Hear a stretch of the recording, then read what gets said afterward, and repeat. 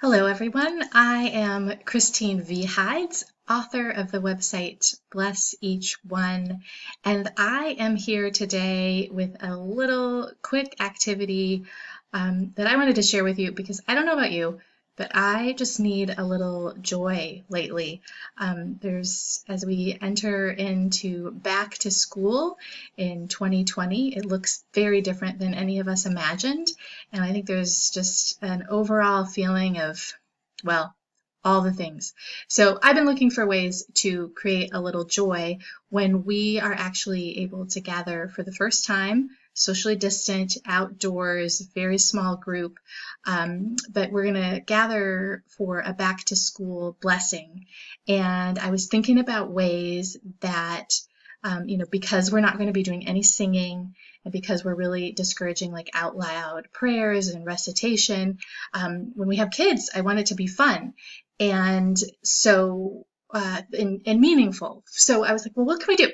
So I was thinking about ribbon streamers, where that I've used those before in church for prayers, where you just wave them at a certain time or, for all different kinds of things. But in years past, I've been able to purchase them because I haven't needed that many, and also because we could reuse them. Well, this year we can't, so I was looking for a fun, inexpensive way to make ribbon streamers for our upcoming service. So I'm going to show you how I do. All right, so I decided the easiest way to make these would be to use rectangular plastic tablecloths, the kind you can find at a discount store. So this one's 54 inches by 108.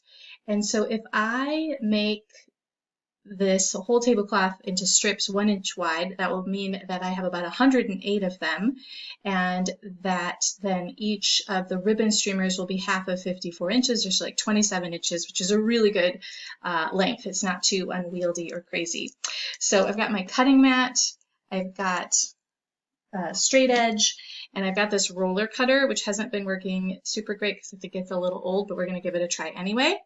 And I have a rainbow assortment of the different tablecloths. So I think I've got 6 colors here. So for $6, I could make up to 108 of these. And then one tip is that I clipped them together because they're pretty slippery and they tend to slide apart. So I'll move that clip when I get down to that end. So,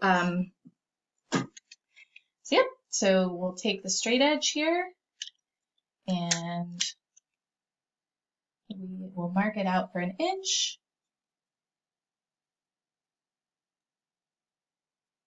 And then we will cut along the straight edge.